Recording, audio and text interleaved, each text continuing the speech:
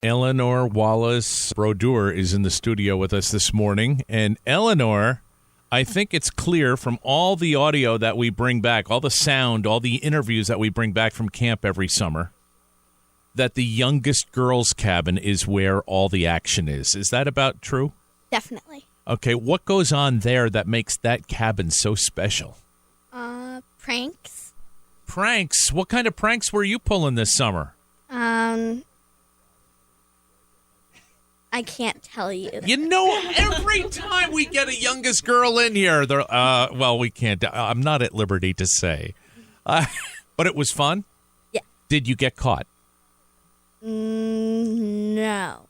Did somebody else take the fall for it? Maybe. Maybe. Awesome. All right, so how many years have you been coming to camp? 4, I think. 4 years? Okay. 3? 4, 3. 4, 3, something like that? It seems like forever, doesn't it? Because you've made friends for your whole life. Who are some of your best friends in your cabin? I'm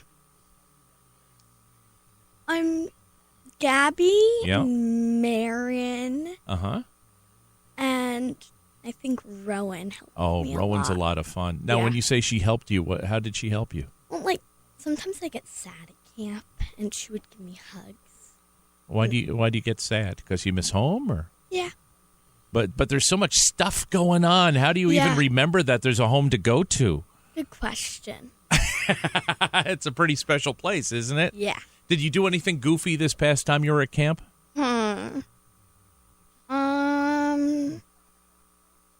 Something that you normally just wouldn't do? I know I have in the past. I don't know if I did one this summer.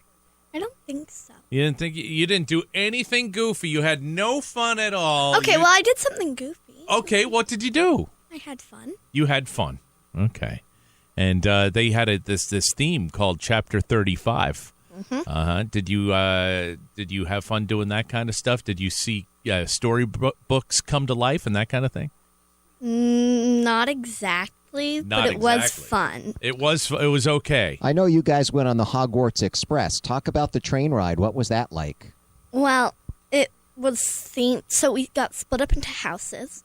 I was in Hufflepuff. Okay. And good choice. Then we went on the train, and they came around with food, and then they had cake, and they had butterbeer in this like lounge that we could go into and hang out in.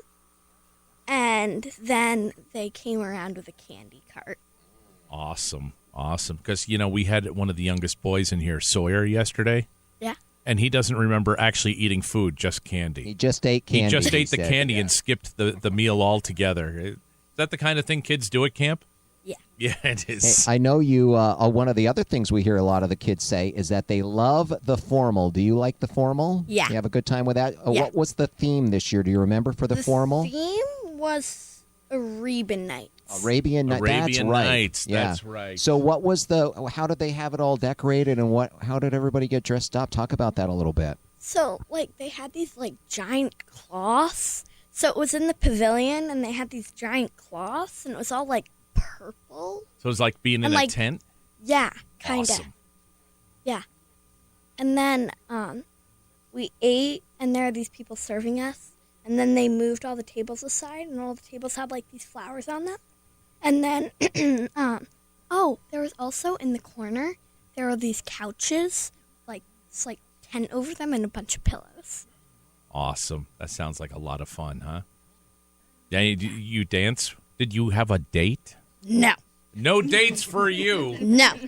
Wow, you sound like a couple of the boys who were in here. Nope, I don't do anything with those girls. Well, maybe someday. Now, maybe not. Maybe. Maybe. You'll break their hearts, I know. Well, thank you for coming in this morning. You doing winter weekends? Yeah. Awesome. Looking forward to that, huh? Yeah. What do you think you're going to do at winter weekend? Ice skate. Go do some ice skating. Maybe some cross-country skiing. Maybe Never done that, rappelling off an ice mountain. That'd be fun. That would be fun. Okay. I know your mom, Rachel's in the studio with us. Come on over here, because she's Eleanor is just delightful. She just is, and we love having her at camp. But tell me a little bit about your walk through this whole thing we call cancer and how this all came to be. Yeah, so Eleanor was diagnosed with leukemia when she was just before her 3rd birthday. So she was 2. She had been getting lots of fevers, getting sick a lot, didn't know what was going on. And then finally on her, 100th visit to the pediatrician, it felt like they sent her up to the hospital for labs, and she got admitted right away. We were in there for about 3.5 weeks, right around this time of year. So she was diagnosed December 5th. They sent us home Christmas Eve, which was a great present. But, it was... She also has type 1 diabetes, and it was kind of ironic. She was diagnosed with that when she was 1, and I remember thinking when she got that, well, at least she doesn't have cancer. Oh. And then she unfortunately did get cancer. So that was the next 2.5 years of our life, going through all the chemo treatments and lots of inpatient hospitalizations. And I think about that this time of the year, every year.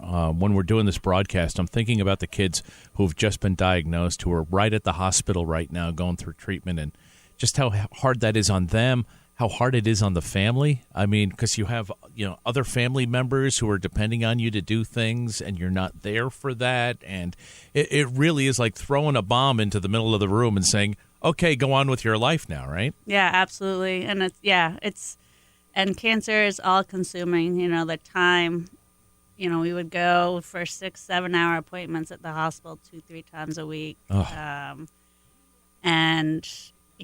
what a little kid wants to go through. Yeah, exactly. And then, as a parent, it's really hard because you're trying to make this seem normal or fun for them, Right. And meanwhile, you're very scared yourself about kind of what's going on, but trying to make it okay for them. Other than camp itself, have you had a chance to use any of the other things like Mom's Weekend, that kind of stuff? Yeah, that was actually our first interaction with camp was with Mom's Weekend because Eleanor was so young, she wasn't eligible for camp. So I got to go to Mom's Weekend while she was still in treatment. And it was incredible. I think the first weekend was really hard. And I think it was kind of the first time I was given that space to really kind of think about and grieve her cancer. And it was just incredible, the space they made for moms there to be with one another. And just like camp, you can overprogram something. and leaving some space there for the moms to just sit and chat is a big part of it, right? Yeah. And, everyone's experience is different, but there is a language around cancer, and you can talk to them and you can use that language and not have to give the backstory. So when you say, oh, yeah, they just went through their steroid pulse, everyone knows what that means. Or, oh, they're you don't have to explain, oh, that means we can't go out in public now, and she's probably going to go, So it's nice to have that community of support. And camp and you get these lovely spa treatments, which are so amazing. It was incredible. So, yeah, I've done that. And then Eleanor did the play groups before she was eligible to be a camper. And then my husband, Tim, has done the dad retreats. Awesome. Which is great. So we have taken full advantage So of Tim camp. came home with a mani-pedi, and you've never seen him like that before. I know. His skin was so soft. Guys, thank you so much for coming in this morning. And Eleanor is just, like I said, she's a delightful kid to watch, and we're going to watch her continue to grow and thrive through the camp organization.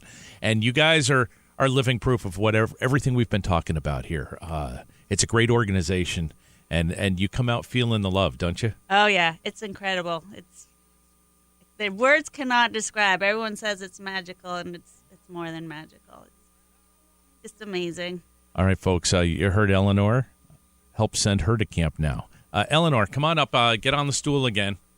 And I think we have some phone numbers here for you to read so that folks know what numbers to call. Can you read those off for us? Okay.